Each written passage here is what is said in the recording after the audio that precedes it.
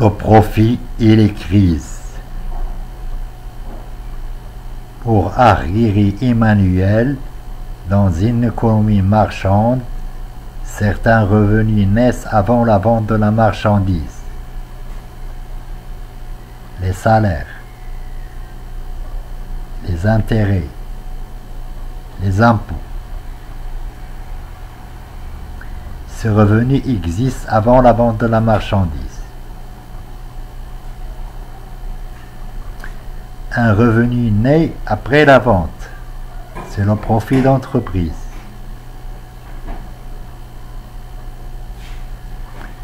Selon la loi du débouché de Jean-Baptiste Say, l'équilibre est automatique.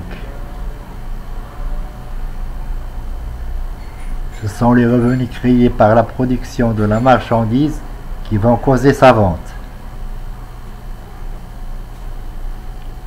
À un instant donné, il y a une inégalité primaire due à l'absence du profit d'entreprise au moment de la vente.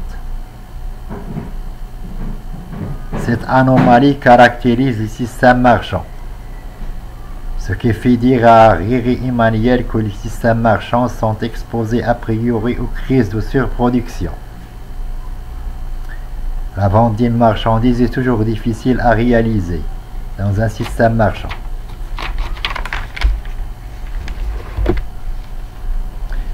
En plus, le vouloir d'achat dépasse toujours le pouvoir d'achat à cause de l'inégale répartition du revenu qui caractérise les systèmes marchands. C'est dans ce sens qu'il faut comprendre les réformes keynésiennes de la répartition du revenu. Une répartition plus équitable évite de tomber dans la crise de surproduction. Cette situation a été vécue par les économies capitalistes dans un passé lointain, avant de tomber dans les crises d'inflation et de stagflation. L'inflation est un aspect marquant des luttes sociales sur la répartition du revenu.